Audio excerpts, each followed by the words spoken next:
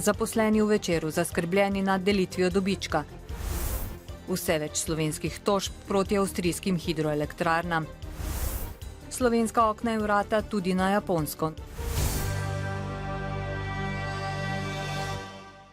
Pozdravljeni. Delničarji Večera so na današnji skupščini sprejeli kompromisni predlog soda in si za dividende razdelili približno 250 tisoč evrov dobička.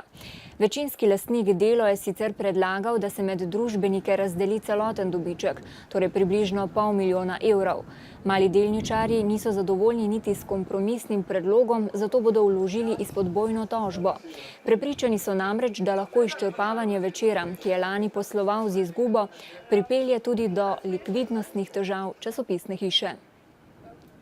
Ne glede na to, da je bil izglasovan kompromisni predlog, ki ga je predlagala Slovenska odškodninska družba, Večerovi novinarji s tem nismo zadovoljni. Mi vztrajamo pri tem, da bi moral ostati bilančni dobiček nerazporejen, ker se trenutno pač nahajamo v razmerah, ko tudi ta odločitev za nas ni sprejemljiva, ni ugodna. Gre za legitimen sklep delničarjev, ki so odločali na veljavno sklicani skupščini in so se odločili tako, kot je bila večinska volja.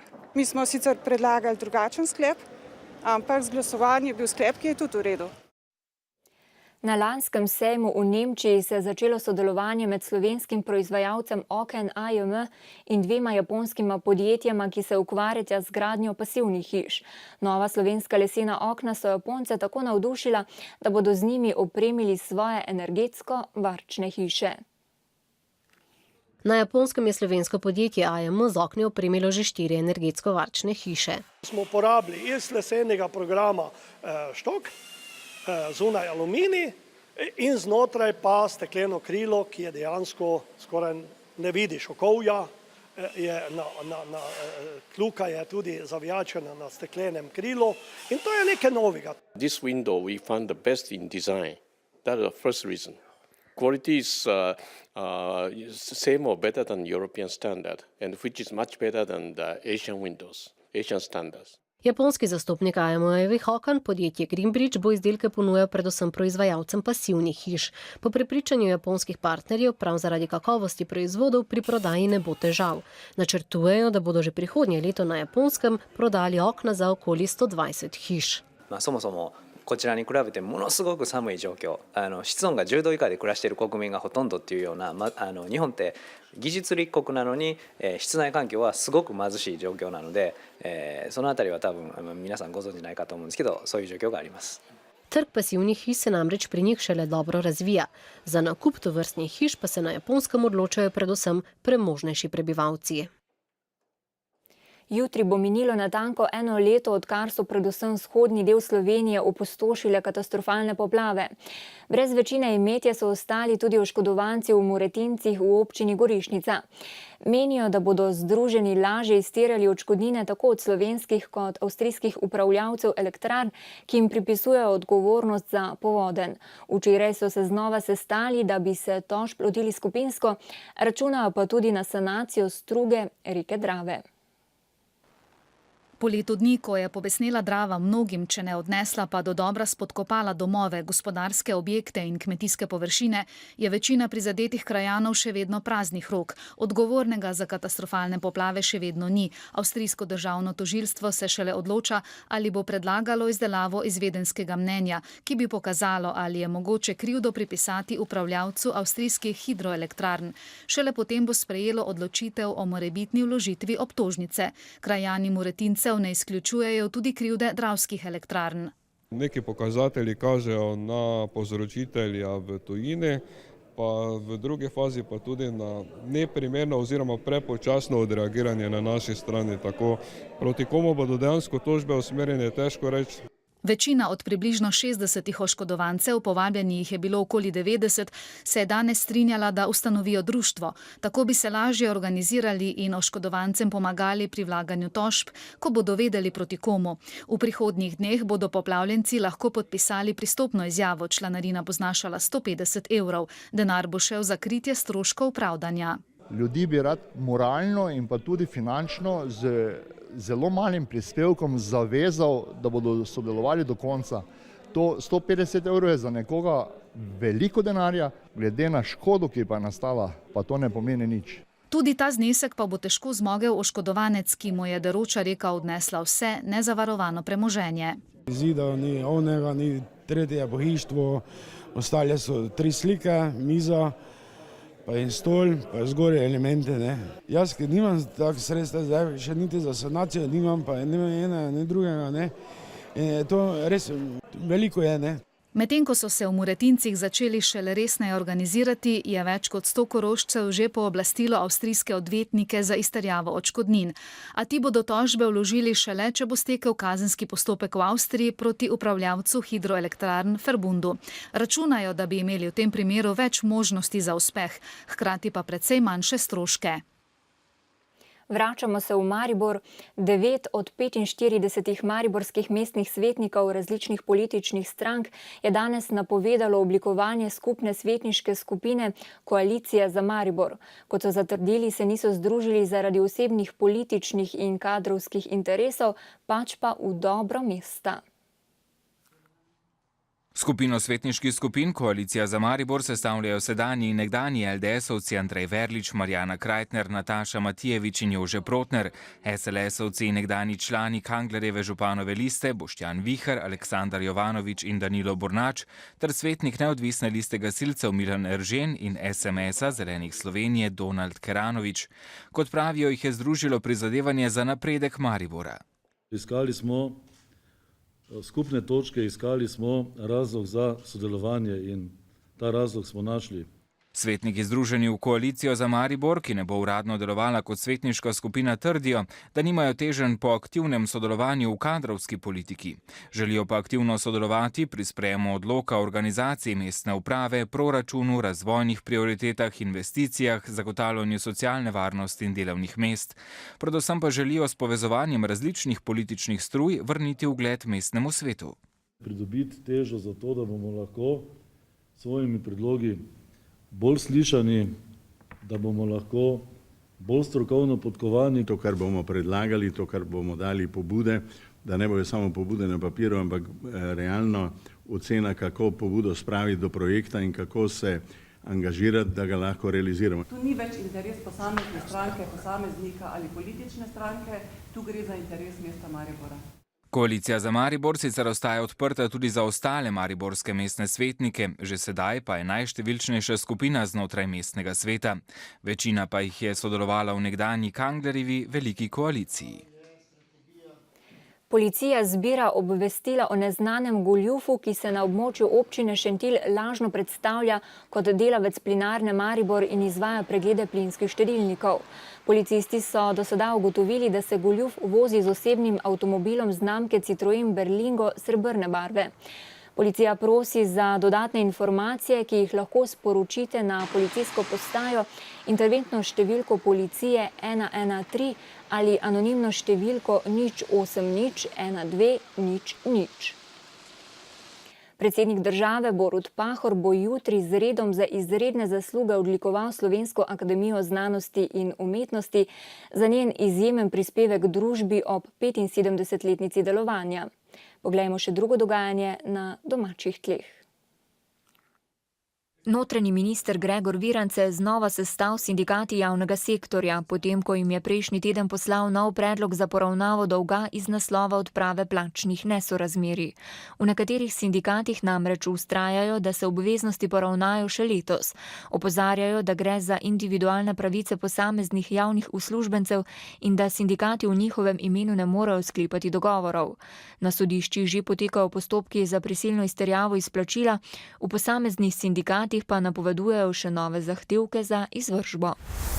Danes je začelo zbiranje podpisov peticije proti davku na nepremičnine. Pobudniki peticije, Obrtno-podjetniška zbornica, Slovenska ljudska stranka, Sindikat kmetov in Združenje občin menijo, da davek uničuje slovenske podjetnike in obrtnike, jemlje finančno avtonomijo občinam, vzpostavlja tiho nacionalizacijo slovenskega podeželja in jemlje mirno starost upokojencem.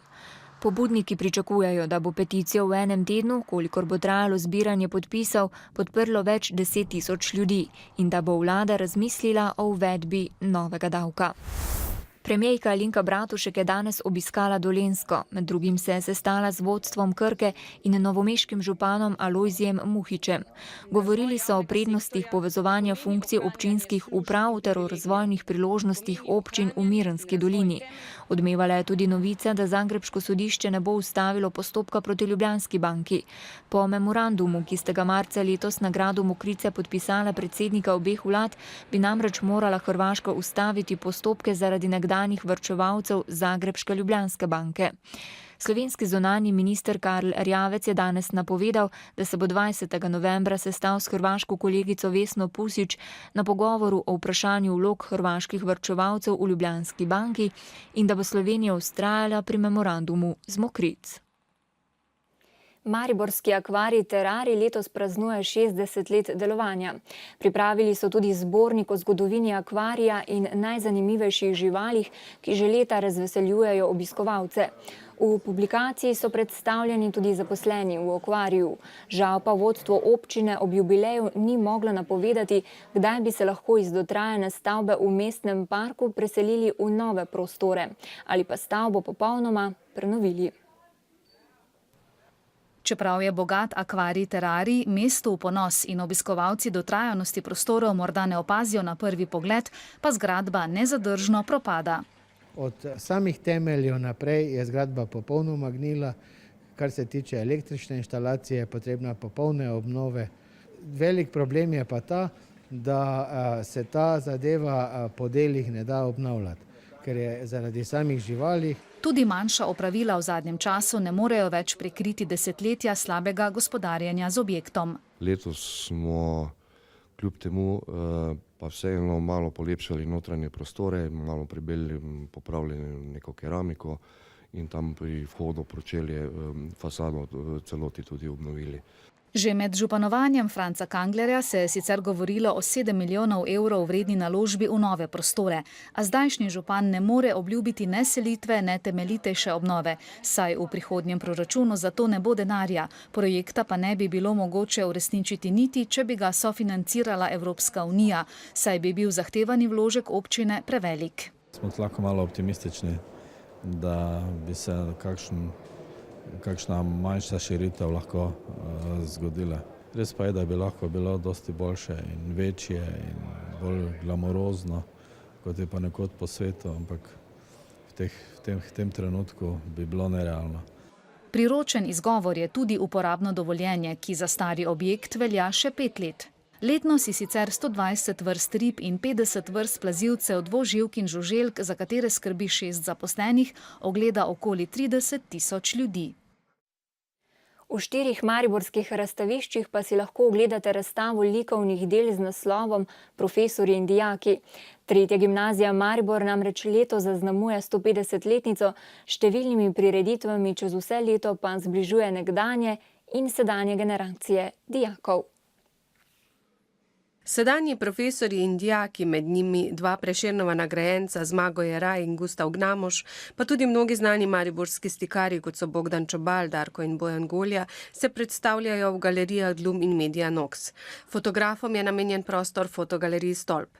Zbrati vsa imena, predvsem dijakov, ki so se kasneje odločili za likovno umetnost, ni bilo lahko. Profesore ni bilo tako težko najti. Ti so v letopisih. Oziroma ne samo v letopisih, tudi v starejših zbornikih. Dijake, ki se ukvarjajo z likovno umetnostjo, to pa je bilo kar neko raziskovalno delo, da rečem temu.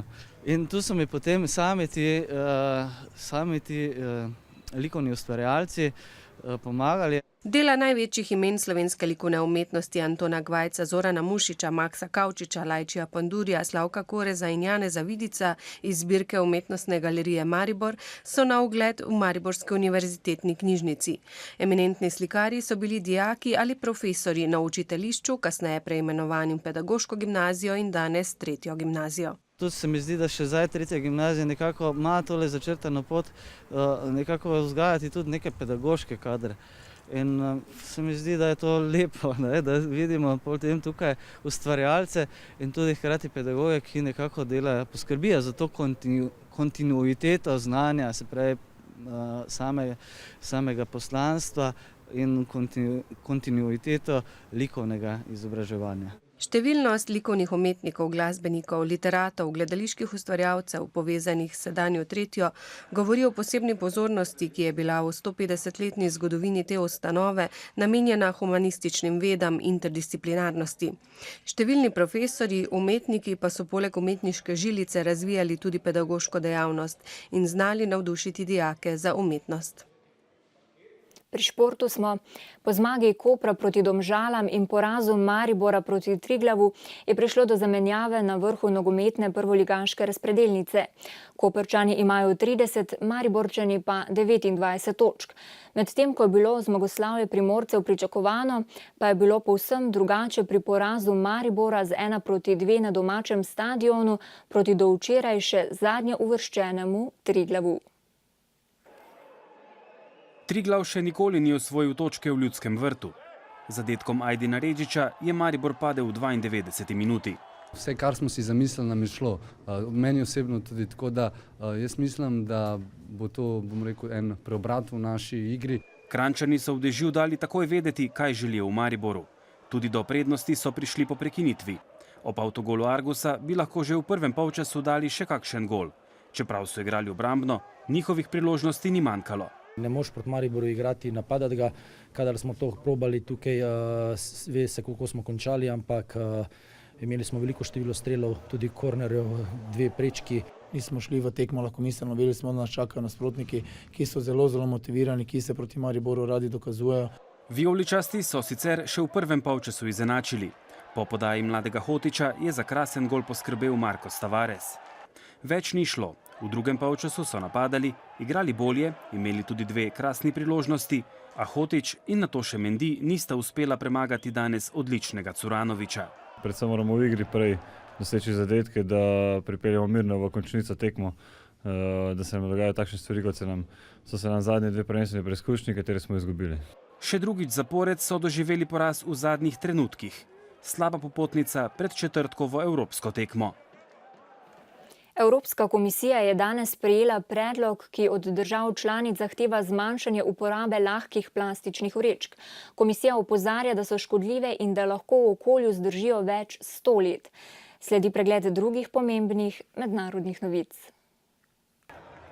Sodišče v Kairu je sojenje odstavljenemu predsedniku Mohamedu Mursiju preložilo na začetek prihodnjega leta. Zaradi kaosa v dvorani je namreč sodnik sojenje začasno prekinil.